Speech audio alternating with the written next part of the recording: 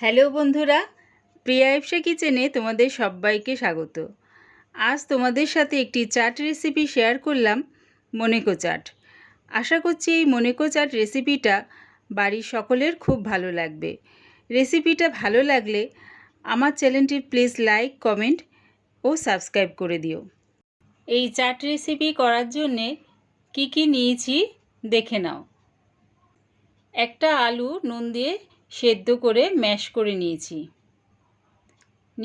পেঁয়াজ কুচি। দেখো পেঁয়াজটা একদম কুচি কুচি করে কেটে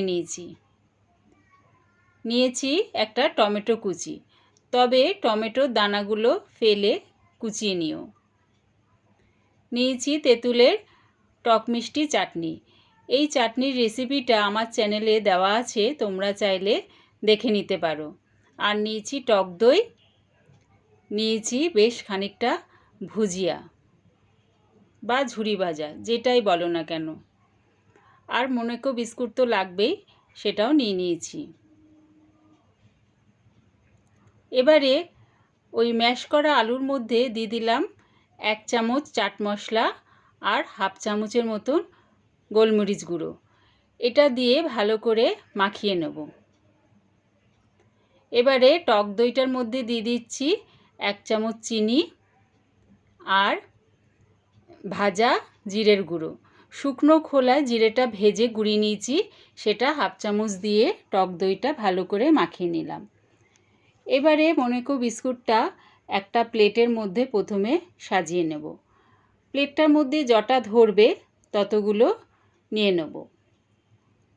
এবার দেখো ওই ম্যাশ করা আলুটা একটু একটু করে বিস্কুটের ওপরে দিয়ে দিচ্ছি। এবার দিয়ে দিলাম পেঁয়াজ কুচি,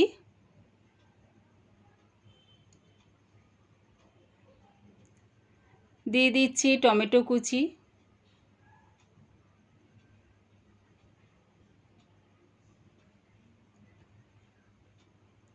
এবার দিয়ে দিলাম টক দই,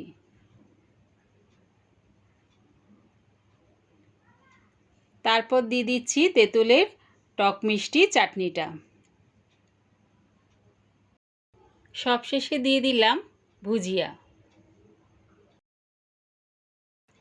রেডি হয়ে গেছে আমার মোনাকো চাট। একবার আমার মতন করে এই মোনাকো চাট রেসিপিটা বাড়িতে বানিয়ে দেখো। আশা করছি বাড়ির প্রত্যেকের খুব ভালো লাগবে। রেসিপিটা পুরো দেখার জন্যে প্রিয়া ইপসা কিচেনের থেকে তোমাদের সবাইকে অনেক ভালোবাসা রইল। রেসিপিটা ভালো লাগলে প্লিজ আমার চ্যানেলটিকে সাবস্ক্রাইব করে দিও।